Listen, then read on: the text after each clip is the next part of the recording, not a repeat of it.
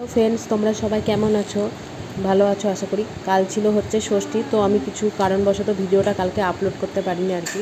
দেখো আমি একটু শাড়ি টাড়ি পরে রেডি হয়ে গেছি ষষ্ঠী তলায় যাব বলে, কারণ আমার মেয়ের এটা হচ্ছে প্রথম ষষ্ঠী আর কি।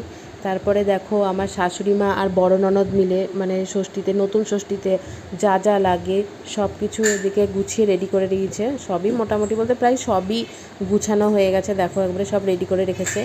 আর আমি আমার মেয়েকে তো আগেই রেডি করে রেখেছিলাম, কিন্তু আমার মেয়ে তো আর এক জায়গায় স্থির থাকার মেয়ে না, চুপচাপও বসবে। ও দেখো গামছা নিয়ে এদিকে একবার ওদিকে টানছে। আর তারপরে দেখো আমরা সবাই মিলে একসাথে চলে এসেছি ষষ্ঠীতলায়।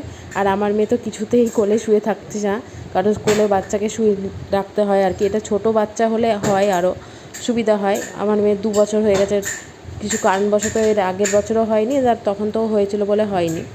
তারপরও কিছুতেই বসতে চাইছে না, যা গরম পড়েছে, সব প্রচণ্ড গরম ছিল সেদিনকে আর কি। তারপরে আমি দেখো ওকে নিয়ে উঠে দাঁড়িয়ে পড়লাম, দাঁড়াতে বললো সবাই। তারপরে এদিকে আমার মাথায় ডালা চাপানো হচ্ছে দেখো। আরও যারা মানে কজন লাগবে আমি সেটাই জিজ্ঞাসা করছিলাম। প্রায় 7জন না 4-5জন মতো আমার মাথায় ডালাটা চাপিয়ে দিল, সব বউরা মিলে আর কি। এদিকে আমার শাশুড়ি, বড় ননদ, আর এদিকে ছোটো ননদ ছিল, আরও অনেক মেয়ে মানে বউরা ছিল আর কি। তো আমার মাথায় ডালাটা চাপিয়ে আবার দেখো নামিয়ে দিল।